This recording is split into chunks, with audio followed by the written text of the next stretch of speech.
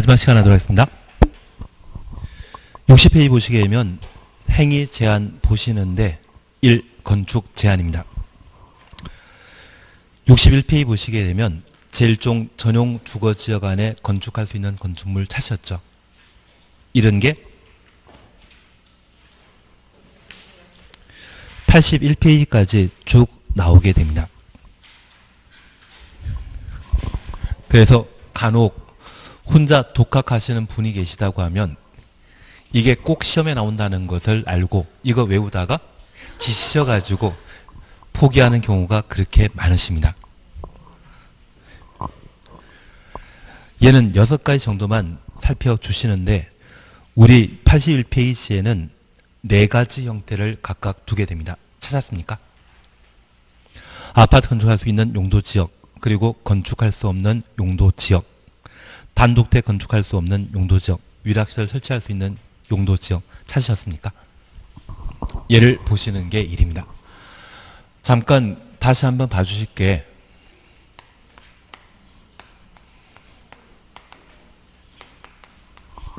파 81페이지 보고 계시면 됩니다. 여기 용도지역과 관련되어서는 잠깐 이렇게 봐주십니다.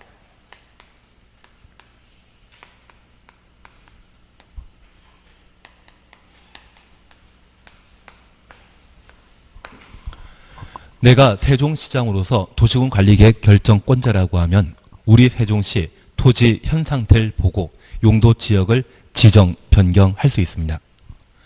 이렇게 용도지역을 지정, 변경하게 되었을 때 그 대상에 대해서는 법령에서 결정한 것들을 지정하는 것이지 조례에서 정하는 용도지역은 있다 없다?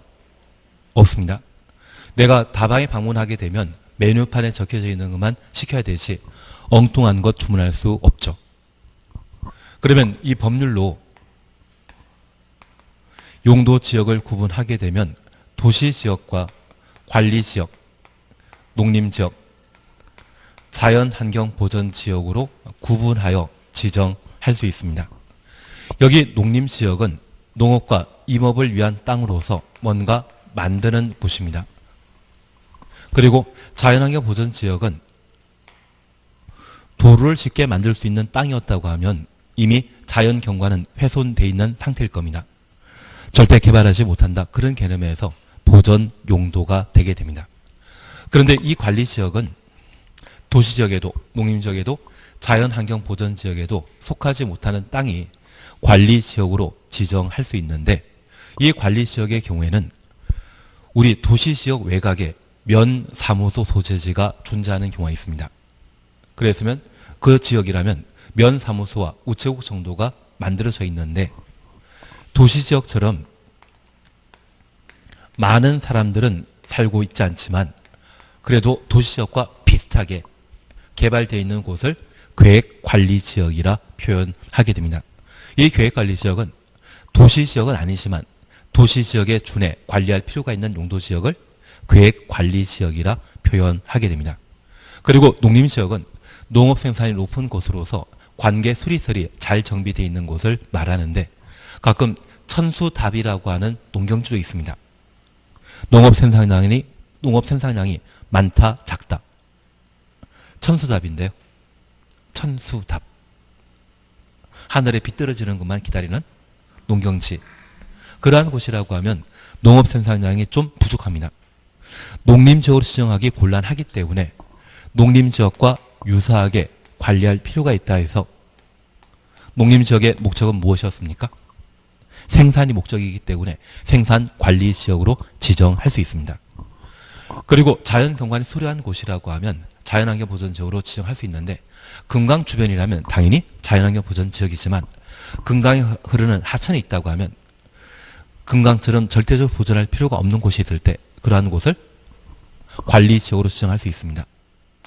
그때는 보전관리지역으로 지정할 수 있습니다. 현재 법률에서 도시지역이 아닌 비도시지역을 세분하게 되면 총 종류는 몇 개이다?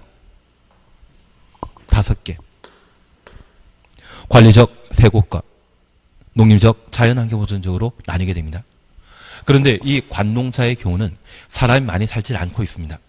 사실 우리 세종시의 경우에도 건설 지역에 28만 정도가 거주하고 있고 건설 지역 외곽, 조치원, 연기군, 장군면 다 포함하더라도 한 5만 명이 채 안 삽니다. 그래서 이러한 곳은 5개 용도 지역으로 구분하는 반면 이 도시 지역은 사람들이 많이 살기 때문에 시행령, 대통령령으로 이를 세분하게 됩니다. 도시 지역은 주거지역, 상업지역, 공업지역, 녹지지역으로 구분하고 있는데 얘를 주상공록이라 표현하게 됩니다. 주거지역은 주로 주택 만드는 곳이죠. 그런데 이 주거지역은 전, 일, 준으로 나누고 있었습니다. 공업지역도 전, 일, 준입니다. 그러면 전용 공업지역의 경우에는 중화공업, 공예공장을 배치하는 곳을 전용 공업지역이라 하고 국가산업단지 등이 있는 곳이 있다고 하면 바로 전용 공업지역입니다. 이 중화공장을 만들게 된다면 폐기물 만들어지죠. 그 폐기물은 땅에 잘 묻겠습니까? 바다에 던져버리겠습니까? 일본에서도 원자력 사고와 관련되어 방사성 있는 물질을 바다에 버린다던데요. 그래서 바닷가 주변에 만들어져 있는 것이 중화공장입니다. 그리고 저 중화공장과 비교되는 것으로서 경공업이라는 곳이 있는데 이러한 곳은 준공업지역을 의미하게 됩니다. 우리 세종시의 준공업지역은 어디다? 저 잘 모릅니다. 사실은. 저도 잘 모르는데 서울 같은 경우에 구두 공장이 있는 곳이 성수동이라는 곳이 있거든요. 그 성수동이 준공업지역입니다. 한강 조망권이 보장되었기 때문에 그 구두 가게들이 싹 없어지고 나면 아파트 단지를 만든다 해서 한 5년, 6년 전부터 많은 사람들이 열심히 투자하고 있습니다. 대박 칠 걸 생각하는 게 그쪽 동네이거든요. 그리고 가산 디달 단지역이라는 곳 들어본 적 있으십니까? 가보시면 공장보다는 의류 아울렛이 좀 더 많이 만들어져 있는 곳인데 그러한 곳이 준공업지역에 해당하게 됩니다. 그리고 일반 공업지역은 환경을 저해하지 않는 공업 배치를 위한 용도지역을 일반 공업지역이라 하는데 GM 자동차 공장이 부평에 있지 않습니까? 그 부평 공장 터가 재산 가치가 2조 정도인데 저 부평 공장이 만약 아파트 만들 수 있는 용도지역으로 바뀌게 된다고 하면 그 재산 가치가 10조 정도가 된다고 합니다. 8조 정도의 시세 차이라고 하면 GM이 지금까지 적자 봤던 것 한 방에 복구하고 큰 이익을 얻고 나가게 되거든요. 예전에 론스타라고 하는 곳 들어본 적 있으십니까? 걔들이 들고 나온 돈이 한 2조 정도입니다. 전혀 관심 없는 과거 이야기였기 때문에 모르고 자동차 공장 만들어지는 곳 그리고 평택에 고덕 신도시 이야기 나오면 항상 함께 나오는 것이 삼성전자의 반도체 공장이거든요. 삼성에서 100조 정도 투자해서 반도체 공장 만든다고 하지 않습니까? 그 공장 만들어지는 곳이 어디다? 일반 공업지역에 해당하게 됩니다. 우리 세종시 같은 경우는 전이면 일대가 향후 일반 공업지역으로 지정되고 여러 가지 환경 제재하지 않는 공장, 뭐 반도체든 에너지든 그리고 우리 세종시가 스마트 시티로 지정되어 있는 것 알고 있으시죠? 자율주행한다는 것. 그래서 그런 부분들이 좀 강화되고 기반 잡게 되면 우리 세종시에서는 새로운 동력이 확보되지 않나 싶습니다. 그래서 아마 전국에서 가장 성장 발전 가능성이 높은 도시 찾으라고 하면 세종시를 꼽게 될 겁니다. 여기에서 잘 적응하고 계시는 것도 필요하십니다. 그리고 부동산 찾는 사람도 그만큼 많지 않겠습니까? 그래서 전일준이란 말 기억하시면서 경공업은 중공업적, 중화공업이란 말 쓰게 된다면 전용공업지역에 대한 기본 설명으로 파악해 놓습니다. 그리고 주거지역도 전일준인데 여기 전용 주거지역은 밤 7시 이후에 조용한 주택가 있지 않습니까? 그게 전용 주거지역입니다. 서울 같은 경우는 전직 대통령 2분 살고 있는 곳이 연희동이거든요. 그 연희동에는 밤 7시 이후에는 개 짖는 소리밖에 안 들립니다. 조용한 주택가입니다. 반면에 일반 주거지역은 24시간 내내 밤늦은 시간에도 내가 원하는 물건을 쉽게 구입할 수 있는 주거지역이 일반 주거지역인데, 우리 편의점 24시간 문 열고 있지 않습니까? 그리고 포장마차가 밤늦게까지 영업하는 곳이 있다고 하면 그곳이 일반 주거지역으로서 보통 아파트 단지가 만들어져 있는 곳이 여기에 해당되게 됩니다. 그리고 준주거지역은 주상 복합 건물이 세워져 있는 곳이 준주거지역입니다. 그런데 이 전용주거지역은 1종 전용주거지역과 2종 전용주거지역으로 구분하고 있는데, 주택은 크게 광해 단독택과 아파트를 포함한 공동주택으로 분류하게 되는데, 단독택만 만들 수 있는 곳이 1종이고 공동택 만들 수 있는 전용주거지역을 2종으로 구분하게 됩니다. 그리고 일반 주거지역은 1종, 2종, 3종으로 구분하는데, 4층 이하의 주택을 저층 주택이라 표현합니다. 그리고 중층 주택 만들 수 있는 곳이 2종 일반 주거지역인데, 이곳에는 12층에서 25층 높이의 아파트 만들어지는 곳이 2종 일반 주거지역입니다. 그리고 3종 일반 주거지역은 중고층 주택을 건축할 수 있는데, 보통 35층에서 50층 높이의 아파트 만들어지는 곳이 3종 일반 주거지역입니다. 그래서 우리 주변에 15층짜리 아파트가 많이 만들어져 있다면 거기는 어디다? 중층 주택으로서 2종 일반 주거지역이고요. 35층짜리 아파트가 세워져 있는 곳이 있다면 걔는 3종 일반 주거지역입니다. 그래서 우리 학원 주변에 바로 공원이 있는데, 공원 건너편에 아파트 꽤 높아 보이지 않습니까? 그 자리가 바로 3종 일반 주거지역이 될 겁니다. 그리고 가끔 상가주택이라는 말 들어본 적 있습니까? 상가주택은 다세대주택이다, 다가구주택이다. 상가주택은 다가구주택입니다. 그 다가구주택이 만들어져 있는 곳이 있다면 걔가 일종 일반 주거지역이 되게 됩니다. 밤늦은 시간까지 가게 이용하는 사람들로 붐비지 않습니까? 그러한 곳이 일반 주거지역에 해당하게 됩니다.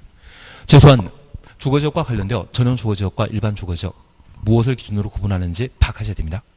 그러면 이 주거지역은 총 몇 개로 세분하고 있다? 6개. 그리고 상업지역은 중심 상업지역으로서 도심, 부도심이라는 곳이 있습니다. 우리 세종시의 도심은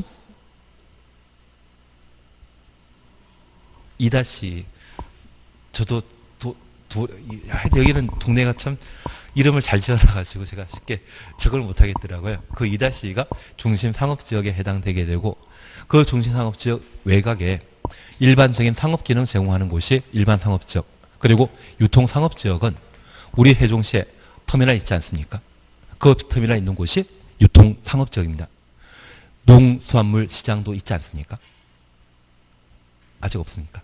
나중에 만들어지게 되면 걔가 유통 상업지역이 되게 됩니다. 그리고 아파트 단지 사이사이마다 우리 학원 같은 건물 세워져 있는 곳이 있다면 그곳이 근린 상업지역에 해당하게 됩니다. 그래서 상업지역은 중국과 일부는 있다, 가까이입니다. 중일 유근이란 말 기억하시면서 현재 상업지역은 종류가 몇 개이다? 4개입니다. 그리고 공업지역 3개입니다. 그리고 녹지지역은 자연 녹지지역과 생산 녹지지역, 보전 녹지지역으로 각각 구분하게 되는데, 이 자연 녹지지역은 계획관리지역과 마찬가지로서 제한적 개발이 가능한 곳을 자연 녹지지역이라 표현하게 됩니다. 그리고 생산 녹지지역은 개발을 유보하여 농업적 생산을 도모하기 위해 비워둔 땅을 생산 녹지역이라는데, 이러한 곳에는 화훼 단지를 조성하는 것이 일반적입니다. 꽃을 화훼라 표현합니다. 그런데 우리 스승의 날 카네이션 지금 못 따라주죠. 김영란법 때문에. 그래서 그 카네이션 한번 팔아가지고 1년 버티던 화훼 농장들이 문을 닫는 곳이 꽤 많다고 합니다. 다만 이 생산 녹지지역 같은 경우는 항상 도시지역에 근접한 곳에 존재하는 것으로 그 가치가 아주 높은 땅이거든요. 나중에 업을 하시면서 저 생산 녹지 지역이 경매 등의 물건으로 나온다고 하면 잡아놓는 것도 참 좋은 방법이 아닌가 싶습니다.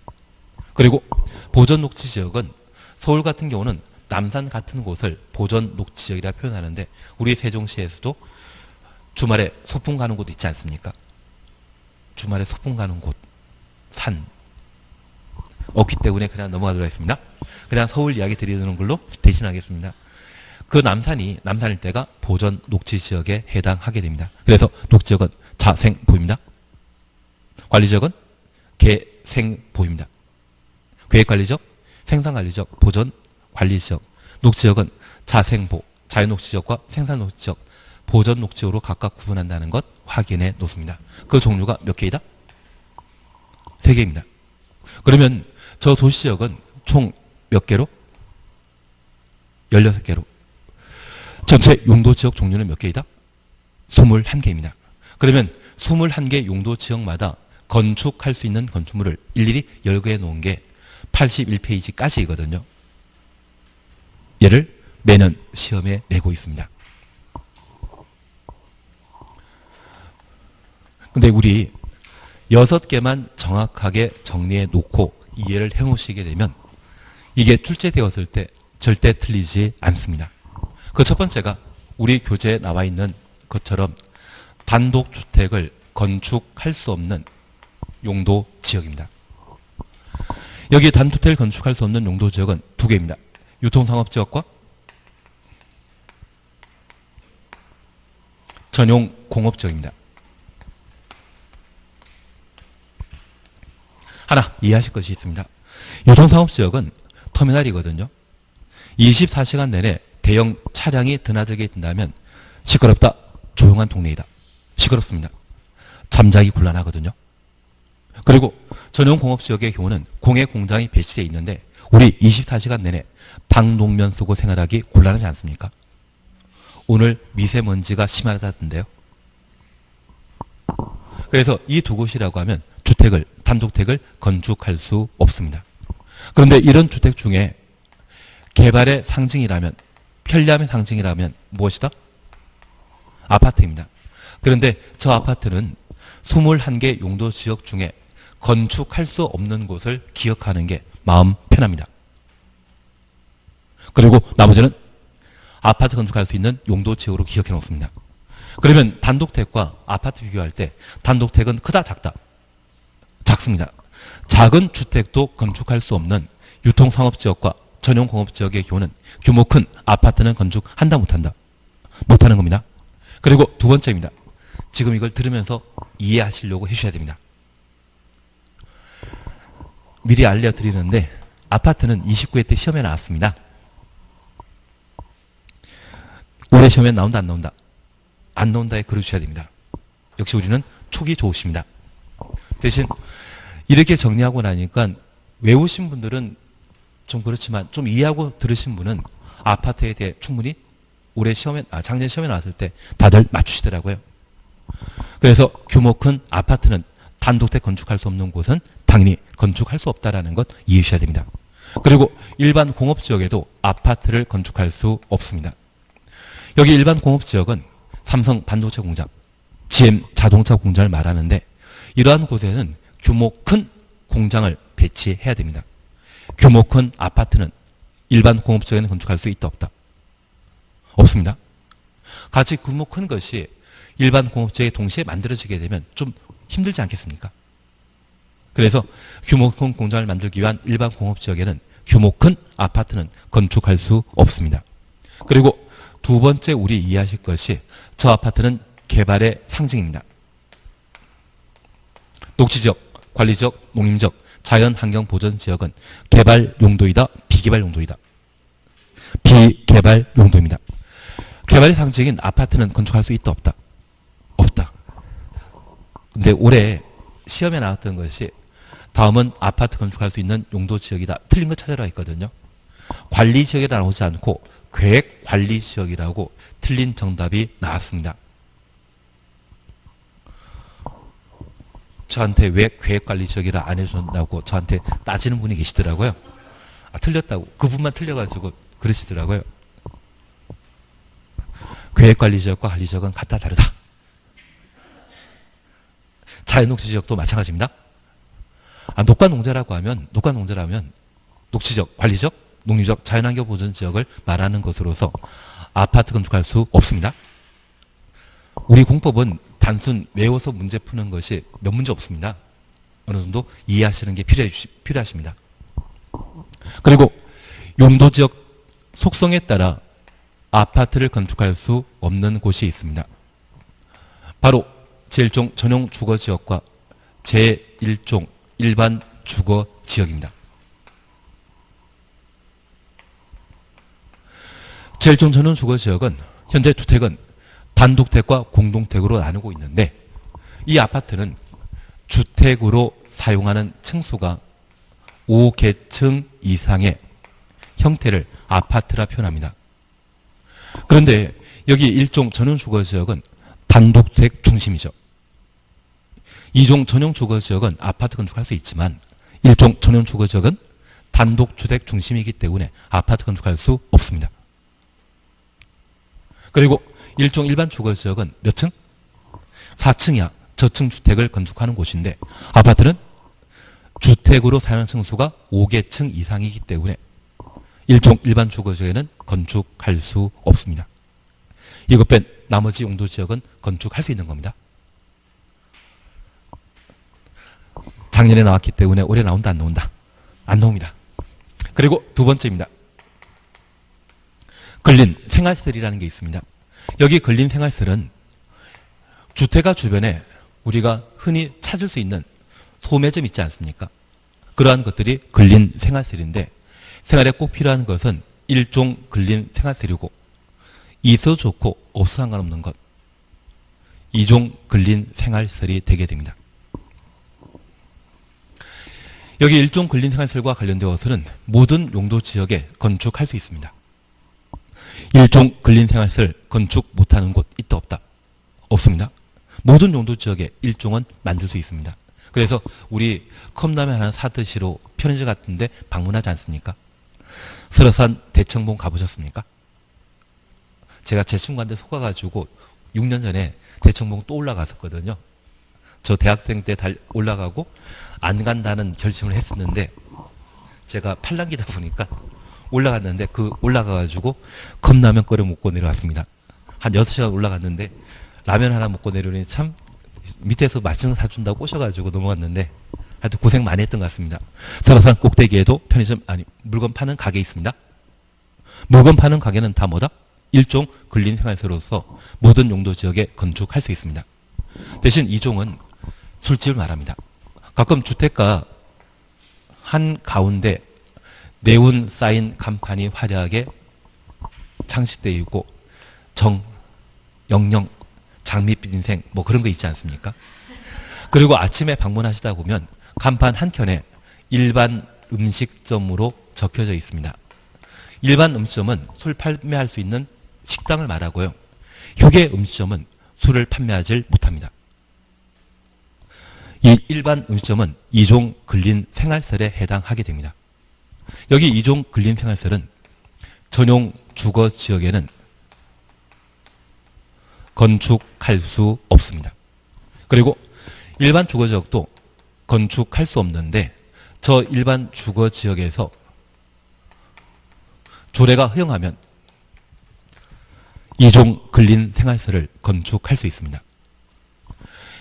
2종 근린 생활시설의 가장 대표적인 것이 바다 면적합 500제곱미터 미만의 부동산 중개업소입니다. 그 부동산 중개업소는 아파트 단지 상가에 만들어져 있죠. 조례가 허용할 때는 가능한 겁니다. 다만 우리 시험에서는 조례 규정을 배제한다. 조례 규정 배제한다. 이 말 나오면 조례가 가능한 것 인정 안 하겠다는 이야기입니다. 일반 주거지역에 2종 근린생활시설 건축한다 못한다? 못합니다. 조례가 허용하는 때만 가능하고 2종 근린생활시설은 전용 주거지역과 일반 주거지역에는 건축할 수 없다. 그렇게 잡아내셔야 됩니다. 그리고 우리 자연환경 보전 지역의 가장 대표적인 것이 설악산이죠. 올해부터 산 꼭대기에서 막걸리 한잔하는 것은 된다 안 된다? 법 개정되어서 못합니다. 벌금 부과도록 되어 있거든요. 그러면 자연환경 보전 지역에는 술집이 있다 없다? 없습니다. 남산 꼭대기가 보전 녹지 지역이거든요. 그 보전 녹지 지역의 경우는 술집이 있다 없다? 없다. 대신 시험에 나오는 것은 얘기 때문에 얘만 먼저 봐놓으시고 나중에 우리가 좀 더 문제 풀어나가시면서 구체적인 내용들을 봐주십니다. 다만 제가 하나 부탁드릴 게 있습니다. 여기 이종 근린생활설의 가장 대표적인 것으로서 교회, 절, 종교집회장으로서 바다 면적합 500제곱미터 미만이라면 이종 근린생활설이거든요. 얘는 전용 주거지역도 건축할 수 있습니다. 하나님과 부처님은 항상 우리와 함께 계셔야 되죠.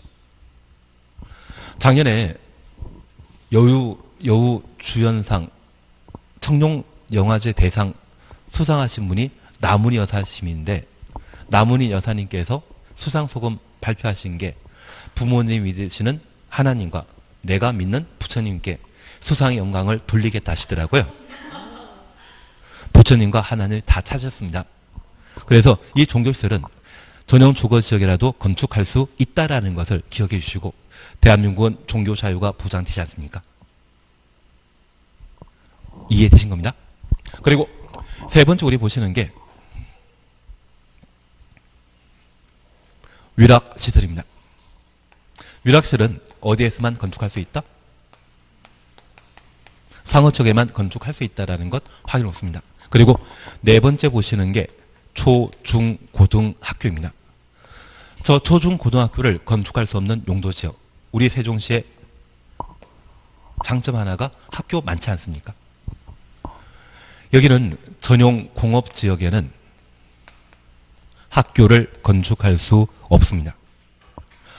학교에는 체육시간이 있지 않습니까? 방독면 쓰고 100m 달리기 할 수 있다 없다? 그래서 전용 공업지역에는 학교 건축한다 못한다? 못한다. 그렇게 잡아주셔야 됩니다. 그리고 묘지 관련 시설입니다. 이 묘지 관련 시설이 주상공에 만들어지게 되면 난리 날 것 같은데요. 그래서 비개발 용도인 녹간 농자에만 묘지 관련 시설을 건축할 수 있습니다. 총 6개 정리해 놓으시면 우리 시험에 출제되는 건축 제한을 모두 해결할 수 있습니다. 이걸 단독주택, 아파트, 근린생활시설, 위락시설, 학교, 묘지 관련 시설, 뭐 장례식장 같은 게 있지 않습니까? 그런 거 만든다고 하면 어디에? 녹간농자에 만들 수 있다. 이렇게 6개만 해놓습니다. 작년에도 잘 푸시던데요. 적어가지고.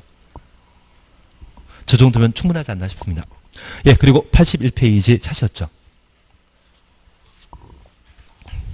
81입니다. 81페이지입니다. 여기 81페이지와 관련되어서는 건폐율, 용적률 확인할 수 있습니다.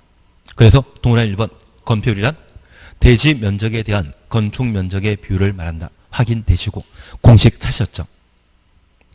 건폐율, 대지 면적, 건축 면적 확인되신 겁니다.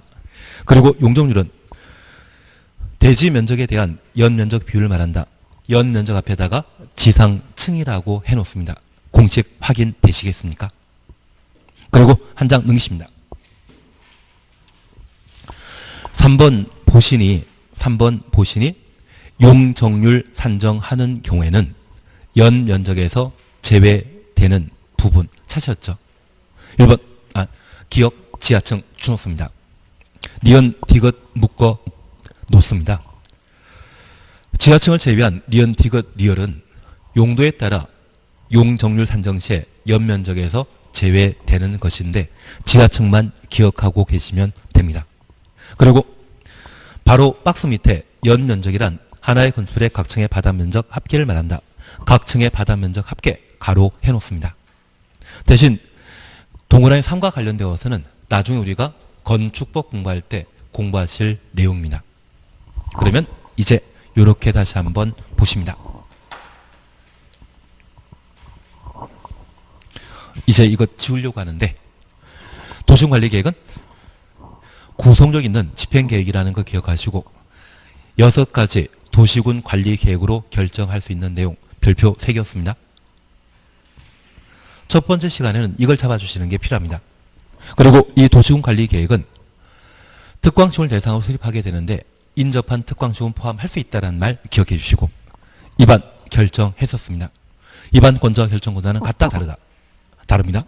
시장 군수 끝난다고 하면 입안권자이고 대도시장을 끝난다고 하면 결정권자인데 원칙적인 결정권자는 지도이사 대도시장이지만 예외 국토교통부 장관과 시장 군수가 있었습니다. 장관은 4개. 장관이 입안한 사안에 대해서는 장관이 직접 결정할 수 있다는 것 기억하시고 용도 구역과 관련된 3가지에 대해서는 천천히 하기로 했습니다. 그리고 시장 군수는 지구 단위 계획과 관련되어서는 직접 결정할 수 있다. 작년에 시험에 나왔기 때문에 올해 나온다 안 나온다? 모의고사에는 나옵니다.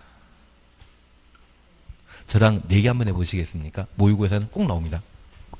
그리고 구체적인 절차와 관련되어 도시군 관리 계획을 입안 제안할 수 있죠.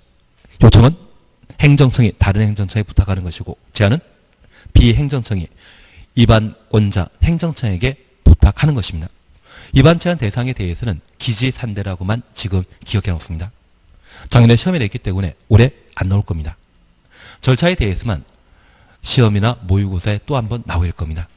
그리고 두 번째, 경미한 사항에 대해서는 생략할 수 있다는 것 잡아놓으시는데 얘가 4월 달에 할 내용이지만 올해 시험에 분명 나올 겁니다.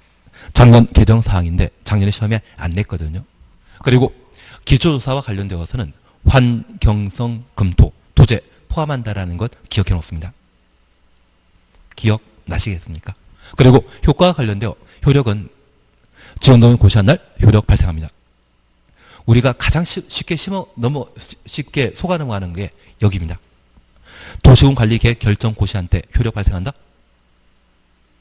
도시군 관리 계획이 아니라 지형 도면 고시한 때 효력 발생한다라는 것 기억하시고 저 지형 도면 작성은 입안권자가 하죠. 입안권자는 몇 번 나온다? 3번 나옵니다. 단계별 집행계획 시행자 지형 도면 작성 딱 3번에 걸쳐서만 입안권자가 등장한다라는 것 확인해 놓습니다. 기도권이란 말 기억나시고 5년마다 타당성 검토한 자는 국도이다 특광시군이다. 도시군 관리계획은 도시, 군 단위로 수립하는 계획이었습니다. 도시군을 책임지고 있는 특광시군이 5년마다 타당성 검토를 하게 됩니다. 지금 보신 게 올해도 시험에 나오게 되는 2문제입니다. 이거 벗어나는 거 못 봤거든요. 이것만 해주시면 됩니다. 예, 이제 우리 다시 한번 봐주실 것이 건폐율과 용적률이 되게 됩니다. 만약 도를 형성한 하나의 대지에 지하 1층과 2층 있고 지상 4개 층이 있는데 각 층의 바닥 면적은 각각 50제곱미터입니다. 이 건축물의 연 면적은 연면적이란 하나의 건축물의 각 층의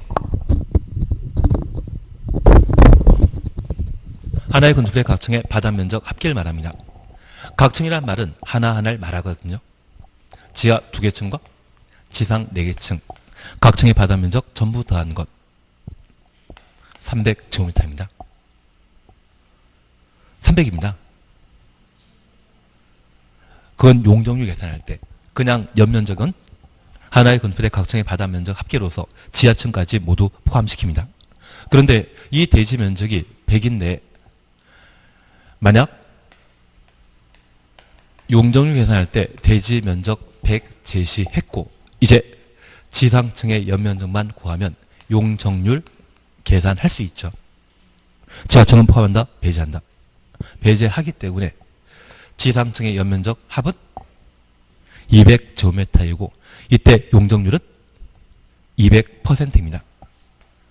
그래서 이 용적률이나 건폐율 계산에 있어서는 미지수가 3개 나오는데 어떻게든 2개는 꼭 주게 됩니다. 하나 구하는 것이 우리 시험 해결하는 방법이거든요. 만약 대지 면적이 1000인데 이곳에 적용되는 용적률이 700%라고 하면 이 대지 안에 건축할 수 있는 최대 연면적은 7배, 700 되는 것이죠. 그래서 대지 면적과 연면적 주면서 용적률 구하게 하거나 용적률과 대지 면적 제시하면서 최대 건축할 수 있는 연면적 얼마인지 그거 구하는 것이 우리 시험 형태입니다. 건폐율이건 용적률이건 세 개 미지수 중에 2개가 제시되기 때문에 그거 찾아주시는 게 필요합니다. 특별히 건폐율은 연면적과 관계되어 있습니까? 건축 면적과 관계되어 있습니까? 건폐율은 기호로 시작하기 때문에 기호로 시작하는 건축 면적과 관계된 사항이고 용적률은 이용으로 시작하기 때문에 연면적과 관계된 사항으로 그렇게라도 이해해 주십시오. 그러면 우리 다시 한번 봐주시는데 여기 용적률이 적용되게 되면 용적률이 낮은 곳이 있고 높은 곳이 있을 겁니다. 같은 바닥 면적을 형성하게 되면 용적률 높은 곳이 좀 더 고층 건물 만들어지죠. 저 용적률은 높이도 규제하는 것이죠.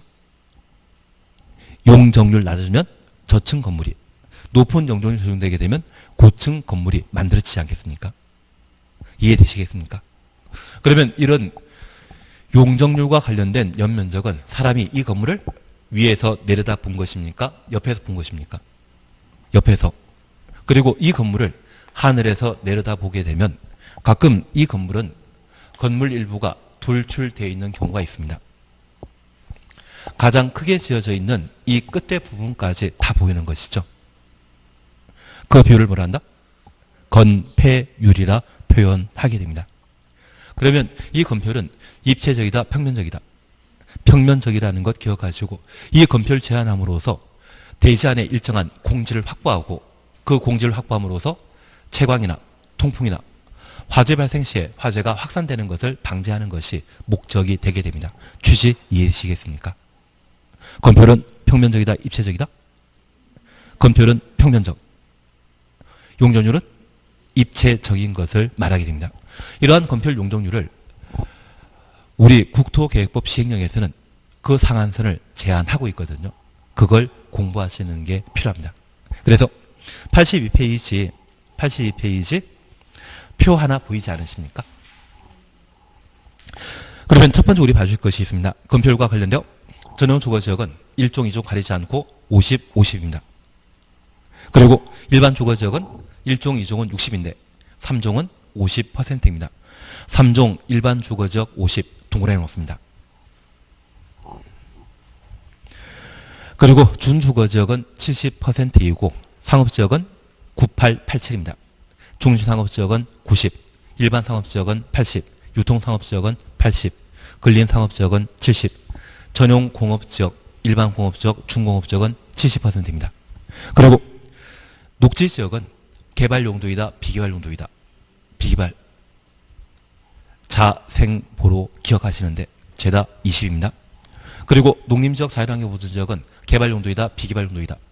비개발용도입니다. 20%입니다. 계획관리지역만 40%이고 보전관리지역과 생산관리지역은 각각 20. 그러면 얘를 잠깐 확인해 놓습니다. 우리 행위제한은 총 몇 개입니까? 건축제한, 건폐율 제한, 용적률 제한 세 가지입니다. 행위제한이 세 개로 구성되어 있다는 것을 잡아내시는 게 지금 필요한 겁니다. 지금 이 숫자는 시험 볼 때는 다 알고 계십니다. 너무 쉽기 때문에 시험 볼 때는 이걸 다 알고 계십니다. 그러면 잠깐 이렇게만 봐놓습니다. 현재 건폐율과 관련되어 주거지역은 5, 6, 7입니다. 전용 주거지역은 50, 일반 주거지역은 60. 예외적으로 3종 일반 주거지역의 경우에만 얼마? 50%입니다. 왜 예외가 적용되는지에 대해서는 제가 3월달에 이야기 드리게 될 겁니다. 그리고 준주거지역은 70입니다. 5, 6, 7 순서대로 나열되어 있습니다. 그리고 상업지역과 관련되어서는 중심상업지역은 90, 일반 상업지역은 80, 유통상업지역은 80, 근린상업지역은 70. 그래서 우리 010 붙여놓으면 얘가 5, 6, 7에 98, 87이죠. 정 안되면 수험표 뒷면에 아니면 책상 위에 적어놓으시면 모든 문제가 해결되십니다. 그리고 공업지역에 대해서는 일단 제키십니다.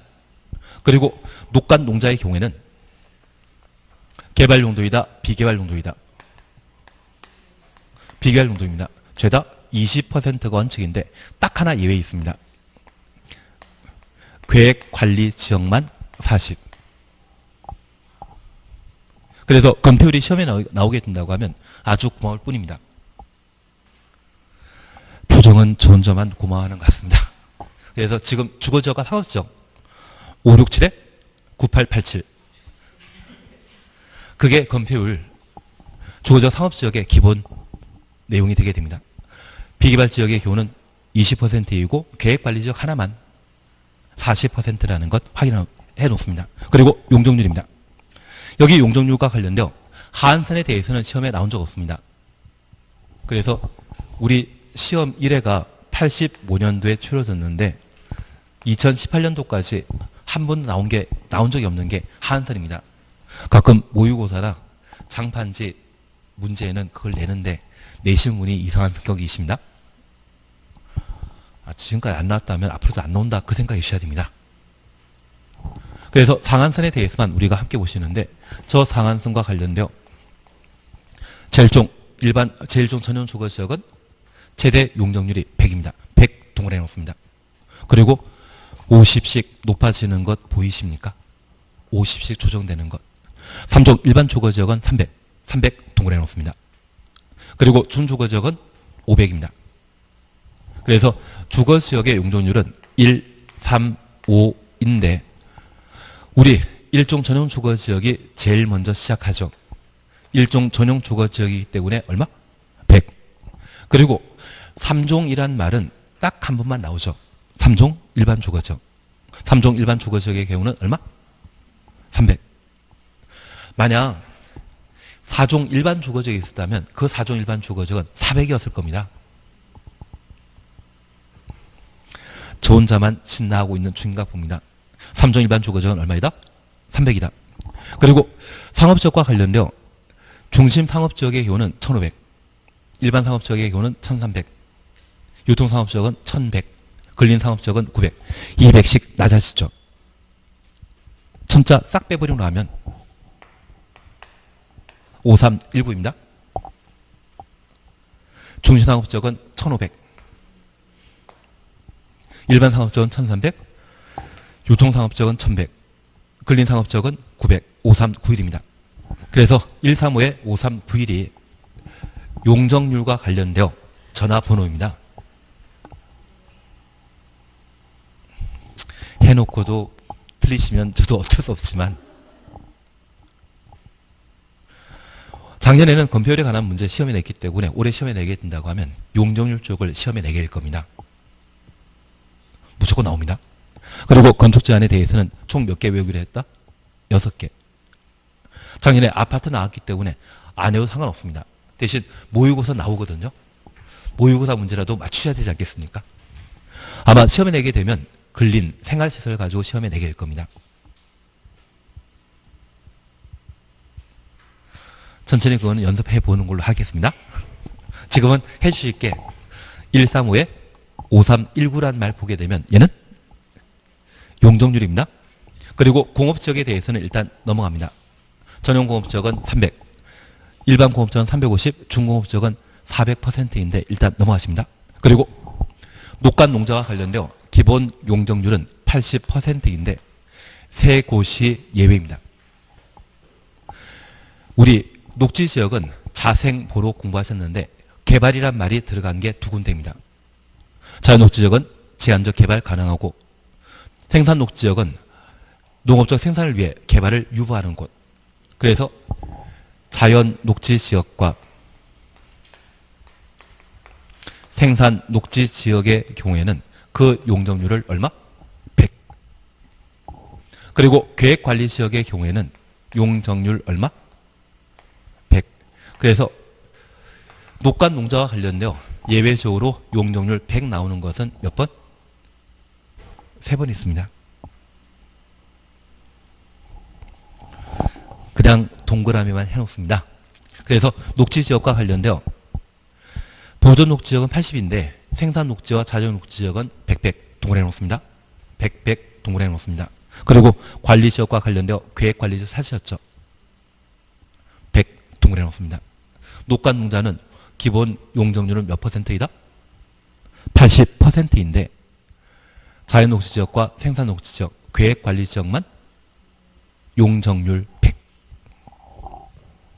그러시면 되는데요. 하단부 완화 등에 대해서는 신경 쓰지 않습니다. 하단부 이야기는 한 20년 만에 한 번씩 시험에 나옵니다. 신경 쓰는 거 아닙니다. 그리고 어디까지 넘어가시는가 하면 91페이지 용도지구 차시였죠. 다음 주에는 용도지구부터 해 나가실 겁니다.